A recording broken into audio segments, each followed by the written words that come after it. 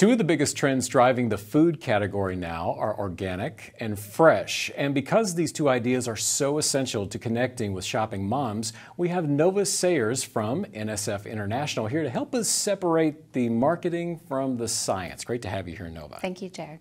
I want to ask you about Walmart's initiative of adding more fresh foods and their sustainability practices. What do you think is really behind all this? I think there's two primary drivers, and the first is operational risks, but the second is really interesting, and that's consumer values and preferences. Consumers today have more information about food than ever before, and we're viewing our food more holistically, and we're connecting fresh foods with health and sustainability. So we're looking for brands and retailers that can help us find these types of products easily and authentically, and this is shifting the market.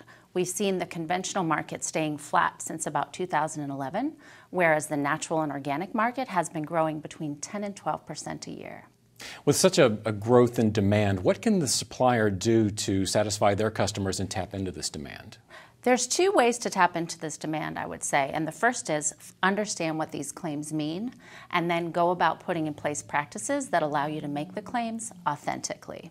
When it comes to fresh, that's not so much a claim as categories of foods. Those are the perishable items at the perimeter of the store, and that's what brings us into stores more often, and we tend to spend more. So retailers want to stock those fresh foods. Natural, on the other hand, is a claim that's used, but it's a risky claim.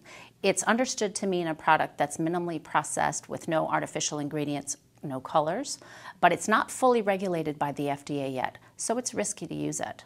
Certified organic, on the other hand, is a very reliable claim, and it's backed up by a system of auditing and certification. And that, I believe, is what has driven the 12 to 14% growth that we've seen in that market.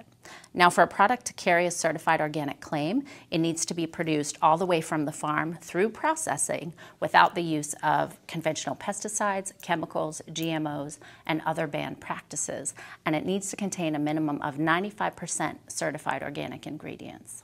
As you're talking about the claims, I know one that some suppliers used is responsible sourcing. What does it mean for a product to be responsibly sourced? Bringing a product to market today involves global supply networks, and each of those nodes in the network has impacts on the environment, like carbon emissions, water use, chemical use, worker welfare, etc.